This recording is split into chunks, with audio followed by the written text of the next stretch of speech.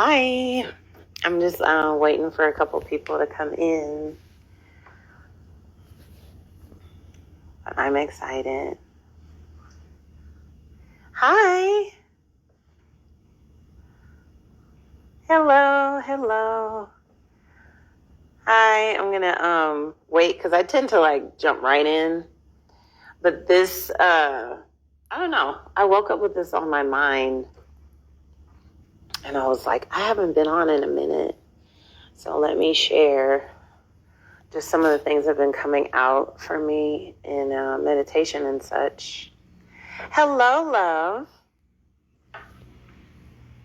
It's very, very nice to see you all on this great rising. And,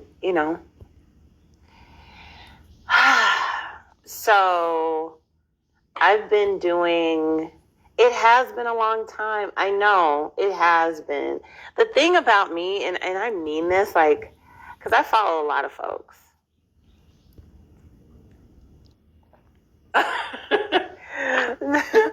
I follow a lot of people, and I just find it really funny that pretty much everybody says, I only come on when I have something to say, or I'm not really on here that much. And I'm like, I see you every day. Meanwhile, I really be disappearing. And it's not because I don't love you. It's not because I'm not thinking about y'all. I am. I've just really been going through some major awakening, some awarenesses. I've been, allowing myself to, rest and contemplate and really connect with spirit.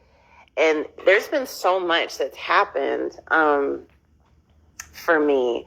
But before I get off, I don't want to get off on a tangent. I want to say what it is that that it is some very much so Scorpio stuff. And thank you. It's just one of those things. So I was like, let me get this off of my chest. So I was thinking about how, we spend a lot of time talking about cutting off toxic people and saying yes when we mean it and saying no when we mean it. And, cutting off toxic parents and I mean, really all of that, right? Which is absolutely something that we need to feel comfortable doing if it's necessary. Absolutely. But once you've gotten out of that toxic relationship, once you've gotten out of that toxic friendship, once you're not talking to your, toxic narcissistic parents anymore, guess what? You're still left with you. And so it made me really think how much energy we spend. Oh, I'm looking forward to reading for you, Miss Jackson. I cannot wait. How much energy we spend talking about what others are doing to us, but we ignore the way that we self-harm. Stay with me. Y'all know how this goes. It is one thing, and it's absolutely something that we must do. We must disallow for others to mistreat us, to harm us, to, cause us setbacks or whatever, right? That's important. But when you're done clearing out folks, you're still left with you. And we allow for so much self-harm in so many ways. When you no longer have that person to blame, that friend, that you go do stuff you got no business doing, when that friend is gone, when you don't have your mom screaming at you and telling you that you're worthless, and now you live alone, or now you're in your own space, or now you're in your meditation, the thoughts that come up from your subconscious are yours. And we tolerate our negative coping mechanisms because that's us harming ourselves, right? We have to reconcile the way that we satiate ourselves, the way that we comfort ourselves, the way that we allow ourselves to get away with things that we're doing that are negative for us. We self-harm.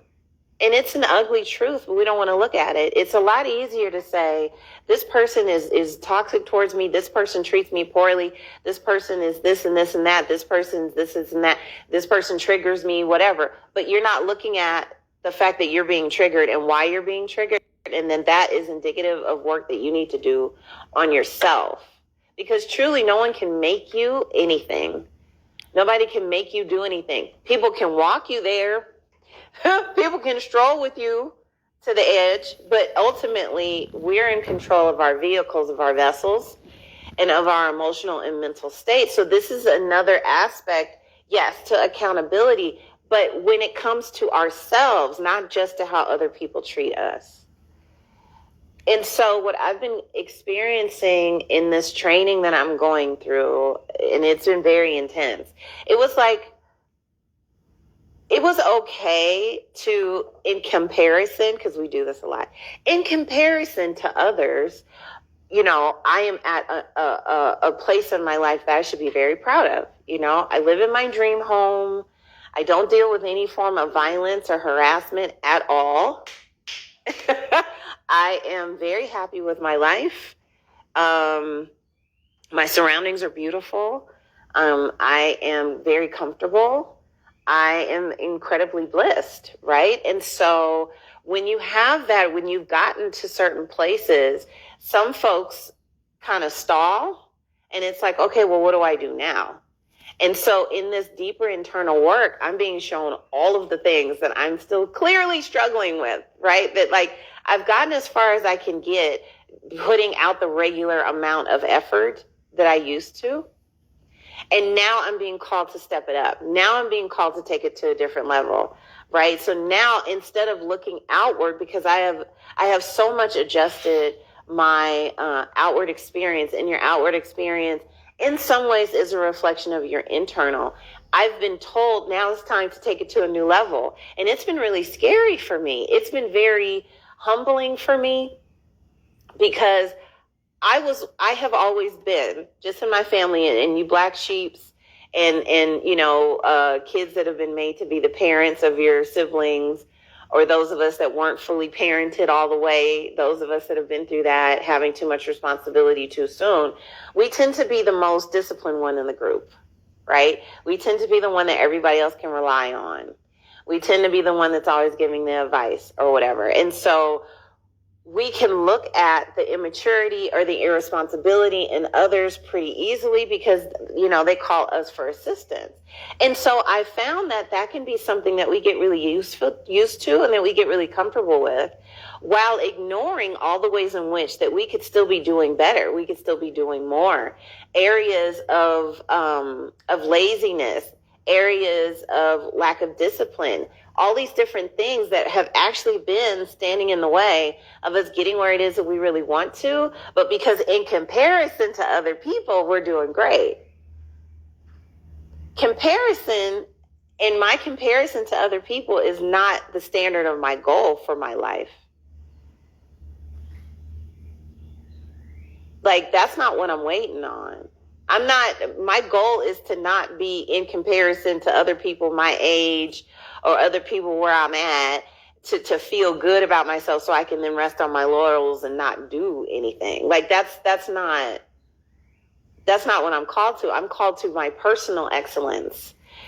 People say, it's very cliche that you are your only competition, but that's really the truth. Everything ends up coming back to you.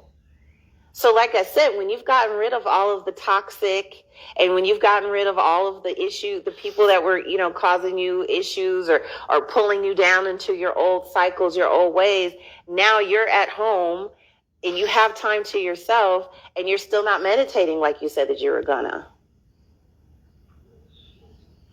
Still haven't finished that fast, like you said. You still don't have a solid practice. Your ancestors are starving to death. Their water's all dried out. Like, you still have you to deal with. And there is no one else to blame. And even when you are in these environments full of people, you can be alone in a room full of people. You might be alone in a house full of people. But we cannot get comfortable purely in comparison. You are probably more awake than most of the people that you know. You may be the only one in your group of friends that is even aware of your spiritual self. And that's good. That's good. And it can also be very lonely. And so when those people fall away, when those people start to distance themselves from you, when you start to notice the chasm between you, you still have your own work to do. And so what happened was I got to this place where it was like, you've done really good. Look at all the work that you've done. Look at how far you've gotten, right? And I had probably 5 or 10 minutes to be happy about it before wham. Guess what? You still have a lot of improvement. Here are the areas that you've been really slacking. Because now I had to grow to be strong enough to do even deeper levels of work. That's the thing. There was things that were apparent and obvious that I just was not in an emotional or mental place to even have brought to my attention. And so once I stopped focusing on others, and once I stopped focusing on the loss, and I went through my mourning process, and I went through the large change in my calling, and I got to the other side of the retreat and all of this stuff, and I looked back and I said, oh my gosh, I'm so proud of how far I've come. But am I going to stop here? Is this my tap out? And you can only get to that place of realizing when you're being challenged to level up when you're humble. Pride gets us stuck in immaturity. Pride keeps us from being able to receive critique. Pride keeps us from being able to identify pride. Then pride says, I've been able to get this far doing what I've been doing, so why do I need to do anything else? Pride says when someone points something out to you, you ain't even where I'm at, so what are you talking about? Now, you can absolutely dismiss someone whose life ain't anywhere near where yours is at, because that is also something that I've been practicing a little bit more. But it doesn't mean that you don't listen to what's being said, because maybe it's true. Maybe somebody whose life is a complete shambles is pointing something out in you that's accurate. You should at least take a second to consider it. Because a sure sign that something is up with you is when you cannot even you can't even mull over or consider what someone is trying to tell you about yourself, because you don't fully know yourself. When you know yourself completely, someone can point something out to you and you'll be able to tell whether or not it's accurate immediately or not. But the calling to ever grow and expand has been a challenging one, because it has fully 100% changed my entire life. I was just having this conversation with someone yesterday who I believe to be on the precipice of being fully 100% full-time working for Spirit, and not like on the maybes, like on the, dabble, right? Like I said, it's cute when we have our crystals. It's cute that we're doing our meditations. It's cute that we're taking care of our ancestors. We're healing bloodlines. We're out here getting mentally and physically and emotionally clear. We're taking in the sun. We're drinking our water. That's important. That's all very, very important. But some of us have a calling on our lives. I grew up in the church. A lot of y'all did too. You know what I mean when I say a calling. Some of us have a weight, a draw, if you will, to work and to utilize our energy and our life force and our knowledge to pass on information, to provide physical healing, to assist with spiritual healing, all of that. And guess what goes with that? A hell of a lot of responsibility, like a lot of responsibility, and a lot of self-directed study and discipline and education. Physical, practical work has to be done. A lot of emotional work has to be done. Your shadow work has to be on point. This is not something that you do for play. It's not. And if you are feeling like you've been in this path, you've been on your awakening journey, however you want to phrase it, for a little minute now, and you're starting to feel like, I need to be doing more, it's because Spirit is calling you to do more. And sometimes when you tell Spirit, I'm about that life, I want to be in alignment with what you're calling for me to do. I want to know my purpose. Ooh, those words. I hear that so much. I've had people that I've done sessions with that were in tears telling me how they just wanted to know what their purpose was. They just wanted to be in purpose. And I'm like, purpose could mean you leaving everything that you've ever known. Purpose could mean that you are hated by people who once loved you. Purpose could mean that you are the lone voice in an echo chamber. Purpose can mean that you are the one that interrupts and says, you know what you just said was bullshit.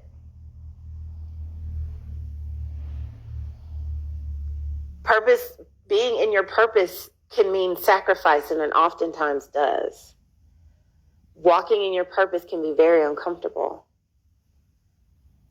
Purpose can mean you are challenged in the deep, dark, quiet places that nobody else knows about. It's not about what people do for the gram or what people show you. How are they really living their lives? How are you living your life when it's just you by yourself? What work are you doing on yourself? Because getting where you got is not good enough. It's not. You're here to ever expand, to grow and change.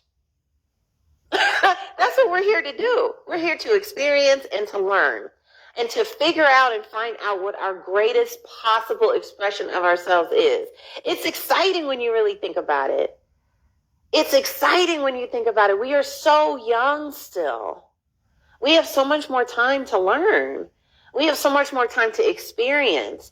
We are called to go hard for yourself. So yeah, it's not just, I got rid of all the toxic narcissists in my life and I don't have, and I've changed my environment and I'm playing my sound bowls and I'm doing the things. Those of you that do spiritual coaching with me, one of the first things I say to you is stop talking to me about what you can do. Actions. Because what I invite you to do is to sit still. What I invite you to do is to take a deep breath, sit quietly, and see what comes up before you do anything. Because a lot of times we're just doing to further distract from the realities of the shit that we still need to tighten up. So yeah, I got hit in the face with you need to tighten up. You need to tighten up. You are doing really good, and we're happy that you got to this point. But you got some even deeper, darker stuff that you need to deal with. You have some integrations that you need to make. You have some parts of yourself that are still fractured. You got a whole 15-year-old inner child that is in pain. Because one thing about wounds, y'all, emotional wounds stay open, bleeding, and gross. Okay? Time does not heal our wounds. That's a lie. I will say it again. Time does not heal all wounds. That is a lie. Okay? Your wounds will stay open until you look at them, you feel them, you deal with them, and you actively intend to heal them. What they do is they get kind of scarred over and we stuff them deeper. That's what we do. Okay? So I had some inner child stuff that I had to integrate. I had some work to do. I've had some very heavy work to do while alongside of it growing into a new frame for my work and my work deepening and all of that. So yeah, when you got rid of all of the distractions and all of the people that have been giving, all of that, and you're left with you, have you stalled? Are you still calling yourself to greatness above where you were before? How comfortable are you in the process of evolution, of watching yourself grow and change? Are you comfortable going from being very external and learning and having community with people, and then also withdrawing within from time to time? I told someone yesterday, I need y'all to embrace the chaos. I need you to feel the rage. Because it lives inside you whether or not you give it room or you don't. And it comes out in ugly ways. And it comes out in the way that we self-harm and don't realize it. We poison our own water. We poison our own thoughts. When you've removed those people, those environments that used to feed you negativity about yourself, your subconscious is still playing it. You call yourself stupid way more than anybody outside of you has. You show yourself very little patience. We complain about how other people treat us, but we ignore how we treat us. I always say, you cannot expect anyone outside of you to care more about your feelings than you do. You set the standard. You set the standard. So how are we really treating ourselves? One of the things I've been meditating on and I've been reprogramming my subconscious, I've said, I no longer accept mistreatment from myself or anyone else because it starts with me. I will treat myself with the honor, respect, love, and care that I expect from others because it starts with me. I am actively working to become an even more disciplined person. I'm working on myself to be even kinder. I'm also maintaining boundaries with a lot more ease because I don't have the anxiety around it that I used to. Fear of loss often flies in the face of our ability or our willingness to hold boundaries. These are things I've been working on. How to properly value what it is that I offer. Some of you guys are on my Patreon, and I wrote, an email, a message that I put on my main page. And it was an apology to y'all, but it was an apology to me too, because I realized that I didn't fully value or appreciate the importance of the work that I was doing. So I had to apologize to myself and to others because a lot of times y'all understand or show me the appreciation or let me know how important the work that I do is. And I don't even see it. So I wasn't treating it like it was something that was as important as it truly is. I thought, okay, if y'all catch me on a Zoom, great. It'll be recorded so you can rewatch it. Awesome. I wasn't valuing how important the interaction was. I wasn't valuing how important receiving the energy live and in person is. I wasn't valuing how important it was for people to be able to ask their questions in the moment. I wasn't valuing how important that community of others sitting in a room together talking about and thinking about things that we have thought about privately that we never felt comfortable sharing with someone else. I didn't understand how important the space that I had created was. So I had to apologize to myself and to those who saw it when I didn't. This is a lot of growth and expansion beyond my own limiting beliefs about myself. As I saw a post the other day, and anybody who, if you feel a way about this, that's fine.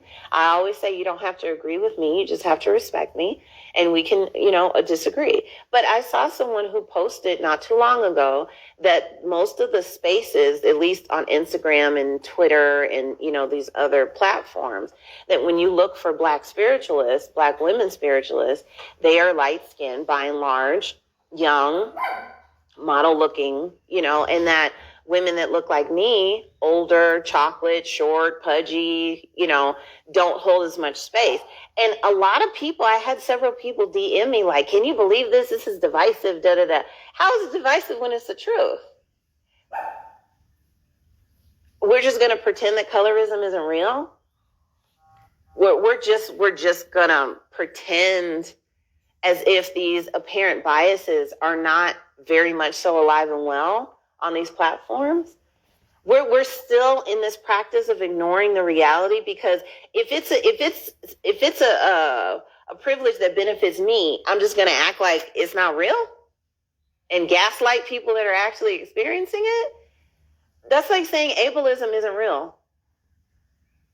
That's literally, and this is part of what helped me kind of see where I needed to step it up, right? Not in comparison, but just being grateful for what it is that I have. I have certain privileges.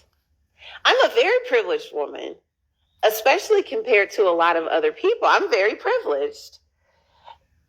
I'm not going to sit here and try to deny it. The things that I talk about that I do for me, if you've noticed, are things that are largely accessible.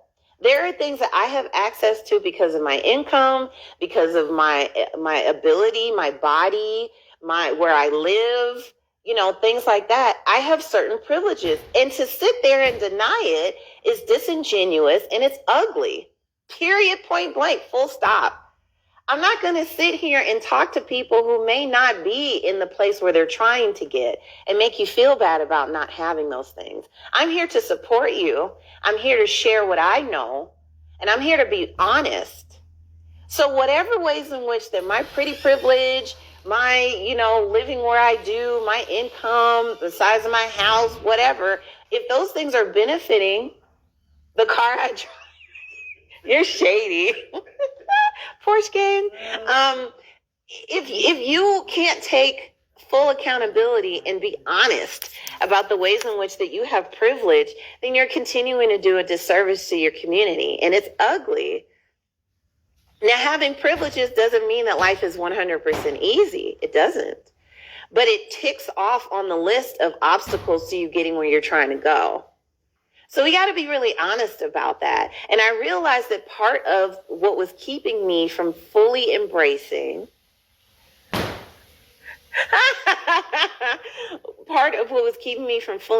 my value was the ways in which that I still suffer and struggle with some of the things that I've been taught about myself. My entire life, I had to reprogram a lot of things. I got to a place, because my hair is transitioning. Y'all know I'm locking it. And I was like, I hate my hair right now. I am super fat and pudgy. I don't really have anything to say. I'm deep, knee, neck, forehead deep in this shadow work. I'm being called to do something else. I'm feeling very overwhelmed. I don't know where to go from here. Spirit is calling me to go do something else. Spirit is telling me that I need to sacrifice more stuff. And it was just like, until it was brought to my attention. Hey, sis, the work that you do is important. The work that you do is important. And the way that you've been struggling in all of that, that's you doing that to yourself. And I was like, oh, I'm self-harming. I am self-harming right now. I am replaying the negative beliefs that have been put in my subconscious, and I need to cut this shit out. Yes, I am disciplined, but I could be more disciplined. Yes, I am kind, but I could be kinder. Yes, I have good relationships with folks, and I have relatively good boundaries, but they could be better. Yes, I could be a better mom. Ooh. There's so many things that I could do even more than I have been. And I had to give myself the space. I could be a slightly better wife. I got like... But yeah, I just, the self-sabotage is real. The getting comfortable is real. The feeling like we've gotten as far as we need to, the not pushing ourselves is hard. The focusing on what other people are doing and not paying attention to what we're doing. It's self-harm to expose yourself to people who actively seek to make you feel bad about yourself. That's self-harm.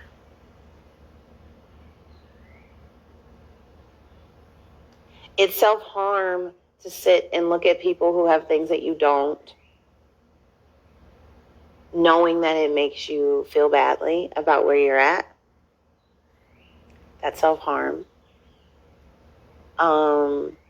Because most of them are lying. To be real, most of them are lying. Okay? I think that I've mentioned this, but some of y'all are new. I have the same amount of followers month by month, but a lot of people rotate in and out. I'm from Los Angeles, real, actual Los Angeles, actual Black LA, okay? Slauson, Crenshaw, La Cienega. That's where I'm from, all right? Adams and Crenshaw, all the way up. That's where I'm from. I grew up in a 2-parent household. That's a privilege, okay? My husband didn't. I did. Yes, exactly. Pi is about to get kicked out because he keeps interrupting me. I have to post this. You need to calm down. So I grew up in a 2-parent household. We were poor though. Like we were like really actually poor. But I grew up in a 2-parent household. I'm the daughter of a minister. My mother was a stay-at-home wife. I didn't have a maid. I didn't have a nanny. But I grew up poor with 2 parents. Okay, and a stay-at-home mom. Because my dad was a minister, and that's what he felt was best for his family. My dad was raised by a single mother. He was actually raised by his grandmother. So my father grew up very stereotypically, you know, the youngest of 3 children by a single mother, raised by his grandmother. My mom was raised by 2 parents, but my grandfather was a degenerate gambler, period, point blank. He was a drinker. He was a degenerate on pretty much every framework that you can be a degenerate. Okay. So I say this to say, we really have to be honest about where we come from. We have to take ownership of our privileges, and we also have to take ownership of our disadvantages. There's a lot of disadvantages to being a chocolate, short, pudgy Black girl in LA. All right. There's a lot of disadvantages to that. I was homeschooled. There was a lot of disadvantages to that. There's been things that has been, it's been a blessing for me. And it also has been, you know, not. Okay. We need to be really clear and honest with ourselves about who we are in its entirety. What I won't do is play games about people's origin. I have much respect for folks that have been through things that I haven't, as much as I would hope that people would have respect for me. Because even though I grew up in a 2-parent household, I ended up being divorced and having a broken engagement and being a single mom of 2 boys with 2 different men. That happened. Being born in a single parent home doesn't mean you're going to be a single parent. Being born in a 2-parent household doesn't mean that you're going to be married and not have any, that's just not real. But all of these things go to our history. They go to who we are as people. They go to what it is that's recorded in the subconscious, right? Your subconscious mind is put in order and things are set up when you're young. So we need to take full stock of all of it. And that includes our traumas. And it also includes our privileges. Because guess what? Anything that's presented as all one way is a lie. Everything has 2 sides. Everything. Nothing is all one way. So even if you grew up struggling, if you grew up in whatever situation, there was some good to it. Because it taught you, being poor taught me how to budget like no one can budget like me. No one can make it stretch like me. And it also taught me that love and support in your family is what anchors you when you don't have money. So even when I became a single mother, I was able to stabilize my children in a way that I don't think I would have otherwise. There's good and bad to everything. I'm proud of the person that I've become, but that's not a reason for me to stop.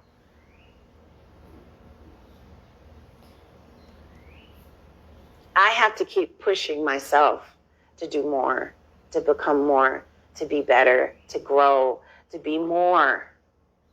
Don't stop. Push through. Put your money, your time, your effort where your mouth is. If you say that you're really about this life and that you really want to know your purpose and that you really want to be a vessel for spirit and that you really want to anchor the truth, you got to be willing to make the sacrifices. You got to feel all of the feelings. You have to be comfortable with embracing the rage. Feel the rage. Feel the joy. Feel the extremes, says the Scorpio. Feel the extremes. Stop trying to keep it all cute. Stop trying to keep it. Well, who are you doing that for when you're by yourself? Who are you doing that for? Who are you trying to keep it cute for? Because in order for your soul to heal, for you to really get in your shadow work, you got to feel everything. So if you're angry, Feel that. Don't say, oh, I can't say that because my parents did the best they could. Fuck that. If they hurt you, feel it. Say it. They hurt me. I was damaged by this. I experienced trauma because of this. You didn't show up for me the way that you needed to. You didn't protect me the way that you needed to. You weren't all the way in your manhood or your womanhood at the time. Oh, you can just join my Patreon. Can you put the page? It's Patreon.com/theglobalblackgirl. The shadow work's over there. The intuition is over there. That's not. Yeah, Patreon.com/theglobalblackgirl. Feel all of it, y'all. I just, that was on my heart today. I was like, we got to do better. Because when we don't have other people harming us with their bullshit, we do it to ourselves. And we do it because we're just not comfortable being honest with ourselves. So, you know, this is what I'm on these days. I'm doing my own work. I did five days water fast last week, and now I'm pushing it. The goal's 25 days. It's a push for discipline, and that's what I'm working on right now. Thank you guys for showing up. There's 50 of us. I haven't been on in a long time, and I never know how many people are going to tune in. I'm definitely going to be saving this live. I have so much gratitude in my heart for all of you. You've helped me grow so much. Let's show gratitude and appreciation for our community. If you want to book a reading with me, knowledge of self, if you're interested in just getting a quick 3-card reading, if you think that you want spiritual coaching one-on-one with me, it's a 12-week commitment. Then, DM me and let me know. I'm going to be offering some other stuff very soon because actually my gifts are just exploding out of... just like learning how my new gifts work has been its own thing. It's been a lot, but I do think that I'll be on here a little bit more because my heart is so full right now, and I'm just grateful. I'm grateful for you. Show gratitude and love to everyone who's enriched your life. Move with gratitude always. So I just wanted to say that. If you didn't catch the beginning, I'm going to post it right now. Have a good rest of your day, guys. Bye.